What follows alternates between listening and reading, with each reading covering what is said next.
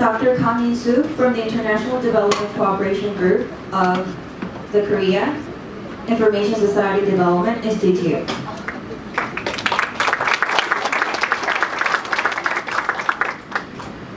Once again, please welcome him. Next, Dr. Hwang Jong-sung from the National IT Policy Division of the National Information Society Agency. Okay, now, ladies and gentlemen, panel discussion 3 will begin shortly. Panel discussion 3 will be moderated by Director Lee Hee-jin, who is currently Director of Yonsei University Center for International Studies. Please welcome him.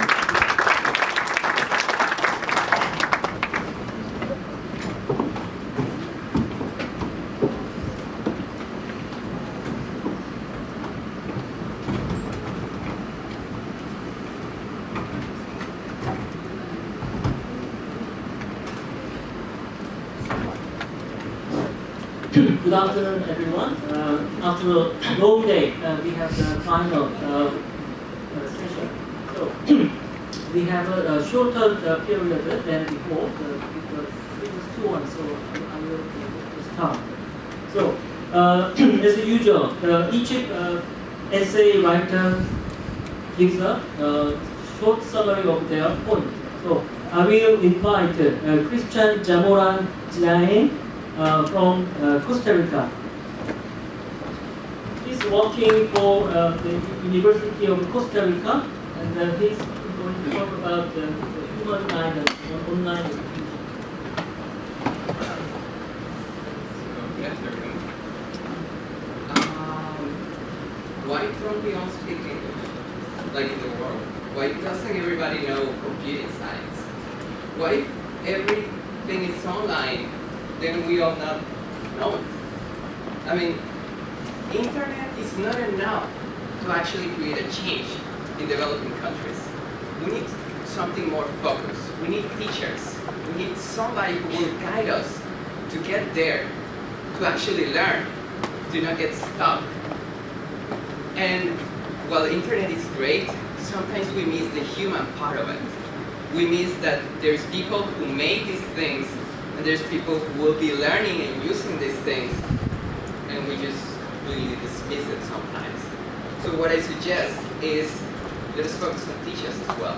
Let us focus on people who will help us to build capacities and to develop our countries, especially developing countries.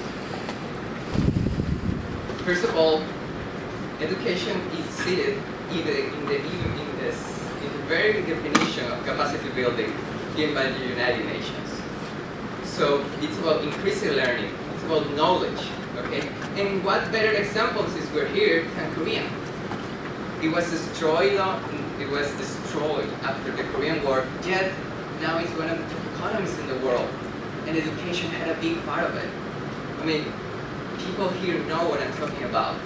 Education is very, very important in this country, and it's not wonder why Korea has developed this way, because everybody has, the policymakers, the government has understood that it's very important to focus on teachers, on learning, on knowledge.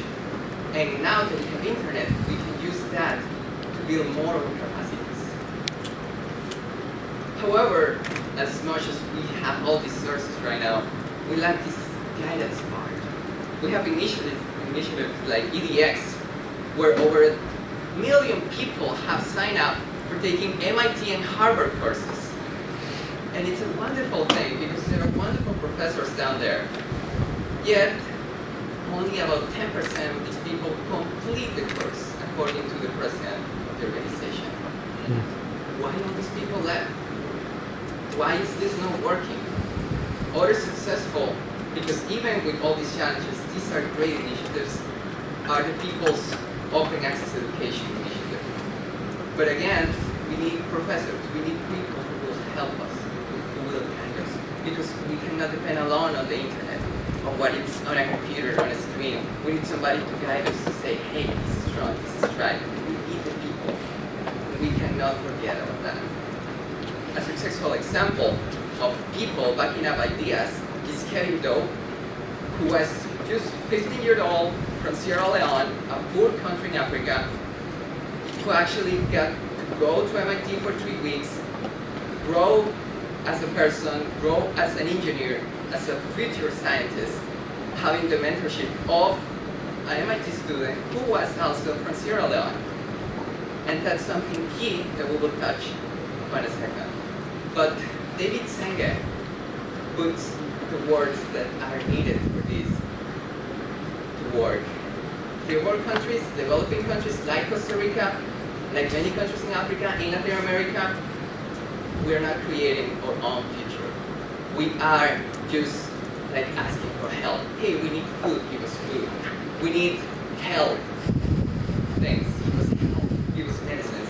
We're not creating science, we're not creating knowledge. We think of Latin America, we think of Africa, we don't think science. We don't think, oh, something good come from those places. Costa Rica is a nice place to go and be a tourist, but you don't get smart people there. And that's a lie. But we need help because we have problems. But we need somebody who will lend us a hand, not because we are not talented enough, because we don't have the resources, but we can give resources back, like Korea has. Okay. And for this, we need to focus on teachers. There are really articles and books written about it, like Splashing and Fusco. Right? The internet can help teachers. There are already teachers. There are already universities. We need all these talented people from abroad to guide us. To hey, this is how you teach. This is how you do it. This is how you can do it better. We don't need people to give us the things. We need to learn how to make it better, and then we can create a future ourselves. Okay, but we lack that, and that's the main thing. What I am here, what I wrote an essay, is to propose that we need policymakers, we need countries with power, we need private organizations to help us, to focus on teachers. Do not give us money, do not give us more computers. We need to learn how to use them. And then we can benefit the world. Because if we learn how to use them, we can then create more science and more knowledge to the world.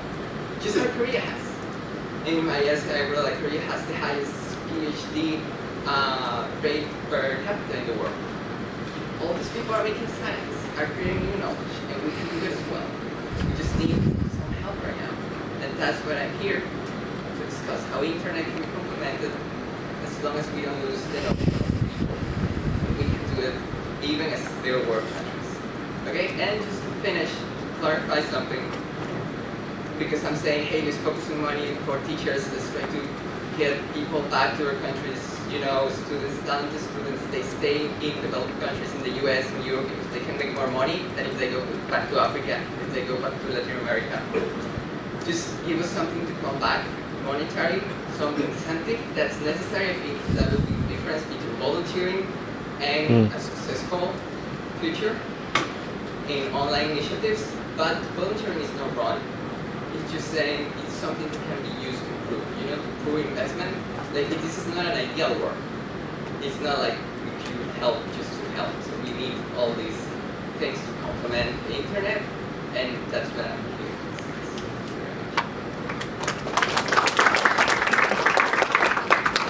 Thank you, Christian.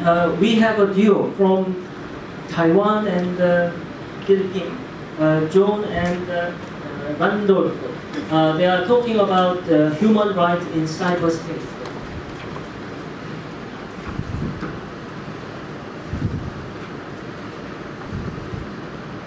Good afternoon, everyone. So, our essay title is Cyberspace Liberation. So, everybody knows this. The virtual world has undoubtedly become part of the physical realm. However, it is also evident that children and women have continuously been abused and disadvantaged from the onslaught of these technology devices. And it has caused them a lot of harm, psychologically, socially, emotionally, and this even brings all sorts of violence and even results in injury and death. And most of all, they affect the formation of healthy societies. And these are what I'm talking about. We have cyberbullying, we have child pornography, and we have violence and oppression of women in cyberspace. So for cyberbullying, these are when tech-savvy students these tech-savvy individuals use these technological devices to harass other people. And there have been cases wherein cyberbullying has caused suicides and emotional trauma. We have child pornography. There are cases where in online chat rooms, where children are not only subjected to these online pornography, but they are also abducted eventually. And we have violence and oppression of women in cyberspace, where even though cyberspace is available and is supposedly free for everyone to use, it is still a very male-dominated domain. So what is the real issue here? This is clearly a very serious human rights issue, and it is not simply a problem which is confined within the limits of cyberspace. What am I talking about? We're talking about more pressing issues such as poverty, lack of awareness, lack of education, and a very apathetic society. And there is a need for cyberspace rooted in human rights. That's why we came up with the whole plan. So for letter H, handing down IT knowledge. So one way of preventing forms of internet abuse is to allow the weak and vulnerable people of society to acquire access and educate them about the internet. Because being computer literate can, first of all, it does not only empower the weak and vulnerable people of society, but it also gives you a lot of benefits, business, social, and academic benefits. And it will make them aware of the possible risks and harm, and will enable them to avoid these threats. Let me give you a perfect example. This is Patrick Awa. So he's earning a lot as an engineer in Microsoft, but he quit. And he opened a university in his native hometown in Ghana. This is one of the first in Ghana, and he's one of the first to provide modern computers and courses on information systems and computer science. And over 25% of the total students were granted full scholarships, 25% on partial scholarships. So from the start of 30 students, it soon ballooned to as much as 500 students, and he was able to provide them with a much brighter future. For O, we have online preachers. So online advocates can garner massive audience and support by utilizing the platforms of cyberspace. So armed with the right messages, talking points, and you can elicit large change towards public awareness and activism, which is necessary to achieve even an impossible goal. An example is Kavita Krishnan. She's the secretary of the All India's Progressive Women's Association. She spoke clearly and fearlessly after the December 16 gang raid in Delhi. And because of that, because of her strong voice, social media and the internet amplified her voice. And even if mainstream media ignored her, she would have still been heard not only in India but throughout the whole world. And she's known up to now by many mainstream television as a passionate advocate of women's rights. For P, providing education to women. So higher education has, we all know this, it has clearly the capacity to empower and transform women and allow them to take on very important roles in society. And providing women with good education will help them avoid falling victims to cybercrime and will also provide them with a very promising future. Women can be educated in order to meet society's challenges and bring about positive change, and will also fight against poverty. And women's ability to take on leadership roles will also eventually affect the progress of women's rights. A perfect example that we can give you is Rwanda. So as of 2010, the women make up over 56% of Rwanda's parliament. And as you all know, Rwanda recently, just not long ago, it has suffered from a genocide incident. But because of these large number of women, these are what I'm calling university graduates, and they now serve in the government. They have greatly contributed to the peace and rebuilding of a country which has struggled to recover of a mass genocide that occurred just almost a decade ago. And finally, for E, we have enterprise-based advocacy. So we are talking about cyberspace-friendly enterprises that adhere to local, international, and morals of cyberspace use. So these companies can educate its own employees by posting reminders and sanctions, and the governments can help by providing certifications like seals and tax incentives for these companies to follow these, to adhere to these cyberspace use. And this will not only raise awareness to the consuming public about human rights, but it will also enhance the enterprises to abide by the rules and standards that will benefit the whole citizen. So in conclusion, we all know that eliminating the abuses on rights of women and children in the internet age remains one of the biggest challenges. But the whole plan is meant to simultaneously dig deeper into the problem. So it's not simply a question of cyberspace. It is a question of reducing poverty, discrimination, while channeling the basic human rights, such as the right to gender, equality, food, and most especially empowering the most vulnerable sectors of society, such as the women and children. Through a human rights rooted in cyberspace, we can help these most vulnerable sectors of society, not only in the cyber world, but ultimately in the physical world as well. Right, thank you, Randolph. Then we move on to the last presenter. We have two ladies from Korea, Shikyong and Gayoung. They will talk about the mobile divide.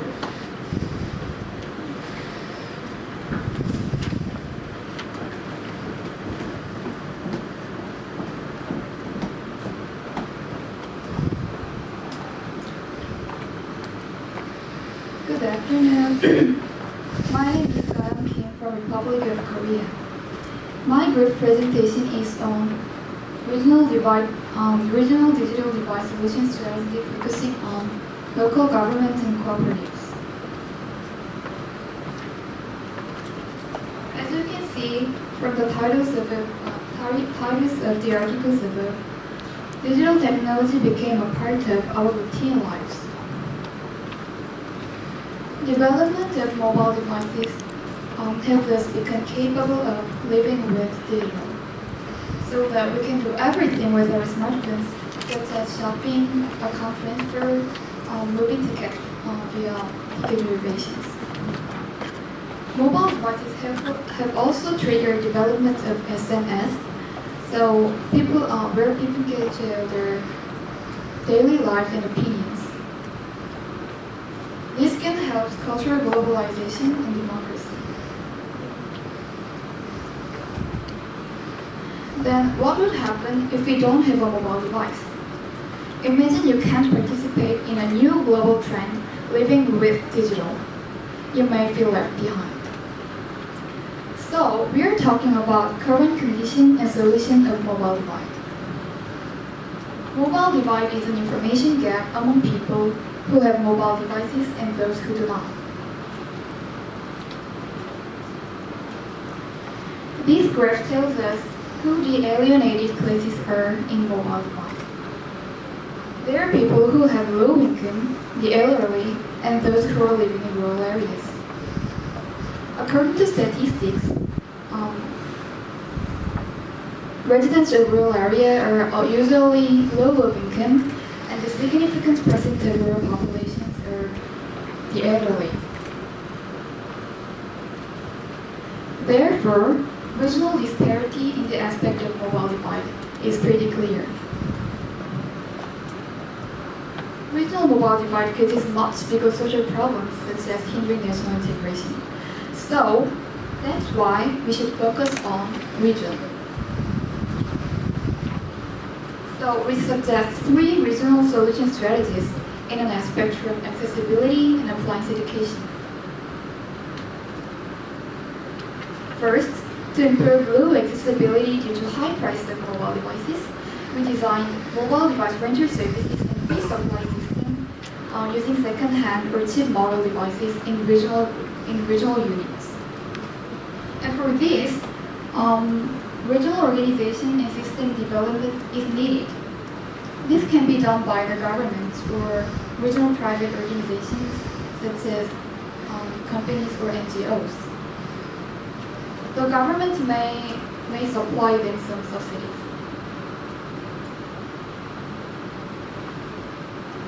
Many alienated people don't use mobile devices because they don't know how to utilize them or are unaware of their necessities. So, second, we also devised recognition improvements and application education strategies. The strategies include community-centered based education and development of education application, and lastly, visiting each house to teach how to utilize the mobile devices using the educated labors. And this can be an example, IT volunteers.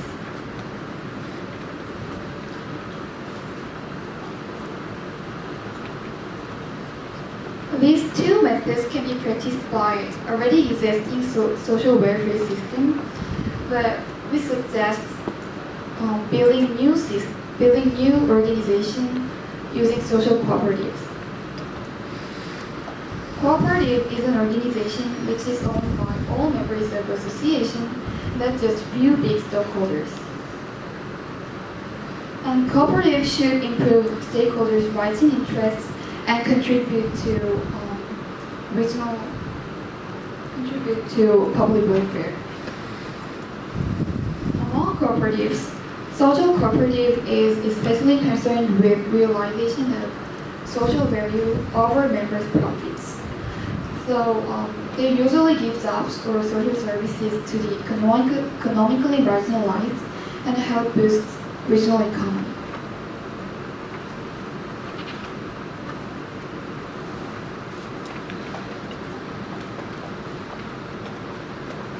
Social welfare organizations in the form of cooperatives have many benefits like these. Can promote active participation of local residents, capable of developing diversified services, capable of overcoming financial limitations. Because social cooperatives can make their own profits, they're relatively free from government financial support.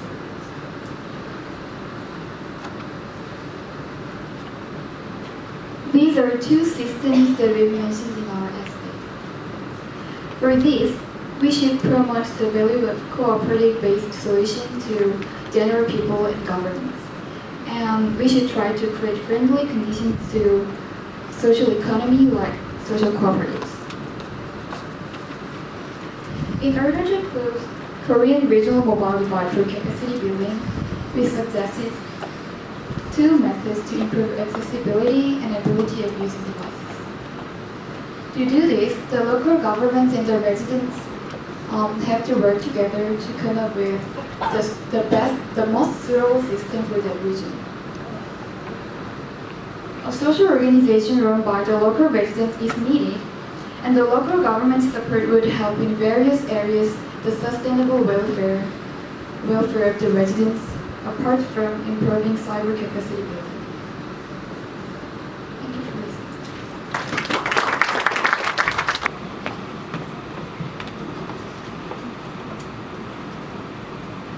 Thank you for your discussions.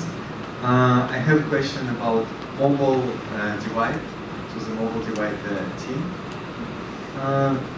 Do you think that support of these solutions can be provided by electronics manufacturers? For example, big companies like Samsung, Apple, LG, they can set up a line and produce cheaper phones for underdeveloped countries, or for, in case of Korea, for low income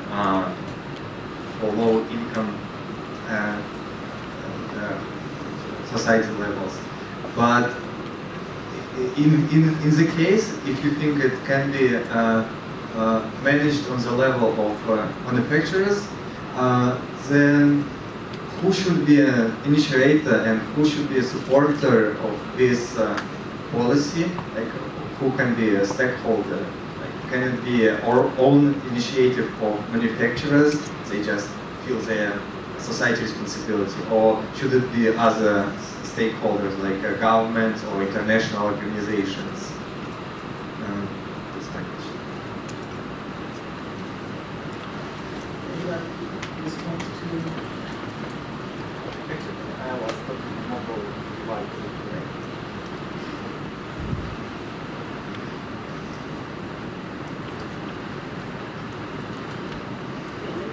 let me give you a few minutes to showcase how proficiently we use ICT. I take a question from Twitter. Yeah, from Nicolay, YouTube. Can I move on to the next one? Jaen, on getting teachers and trainers, how do you see ICT aiding in this effort in countries that still struggle with poor infrastructure?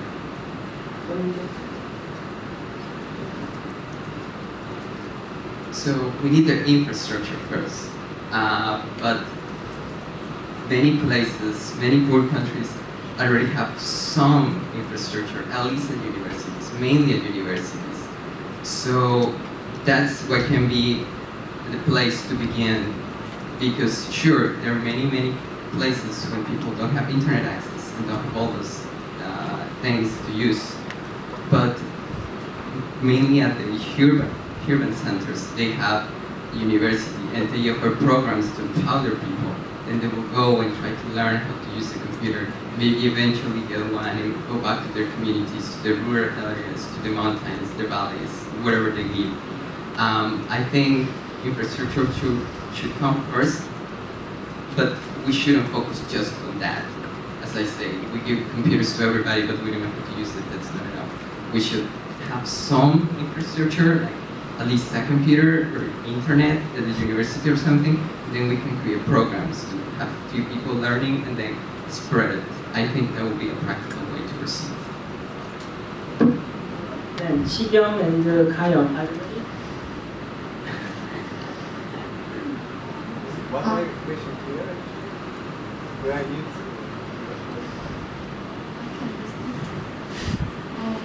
I think granting incentives should be needed to stakeholders. And so we have to keep on discussing about concrete ways of giving incentives.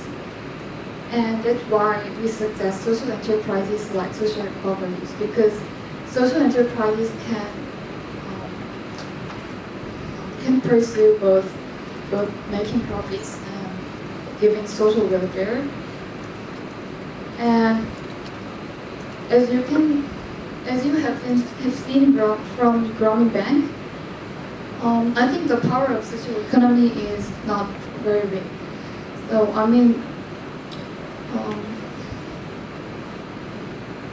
so I've searched about participation of social enterprises to ODA. So I think it can be an alternative. Okay, thank you. Now it's 4:30. We are supposed to finish at that time. Now it's 4:30 sharp. So if you don't have any question, we are going to close the session. Last. Right over. Thanks for your giving chance to speak.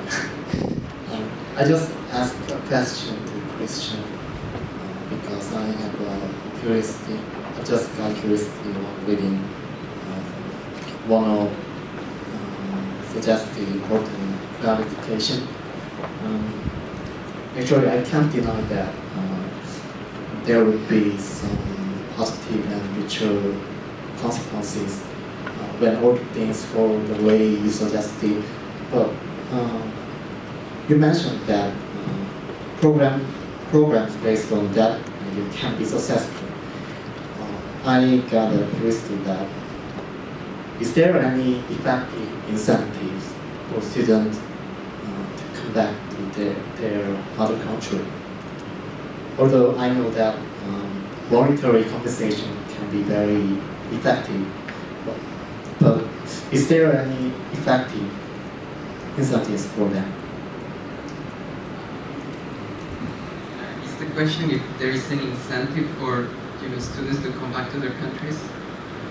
Yes, aside from monetary compensation. Besides for monetary reasons? Well, it just depends on the person, because it depends on what are your ideals, of course. So, I mean, if most people will, after getting a degree, try to work at something it's fulfilling and cover their needs, their monetary needs. And the problem is that many third world countries have not places where prepared people can work. So I experienced that. I came back to my country and I spent 9 months unemployed. I could have stayed at the States and work and getting more money. And I think that's a problem that many people don't want to afford, don't want to face. So it's not that only for money people should come back. Like they should have like something more, like an ideal of helping their country.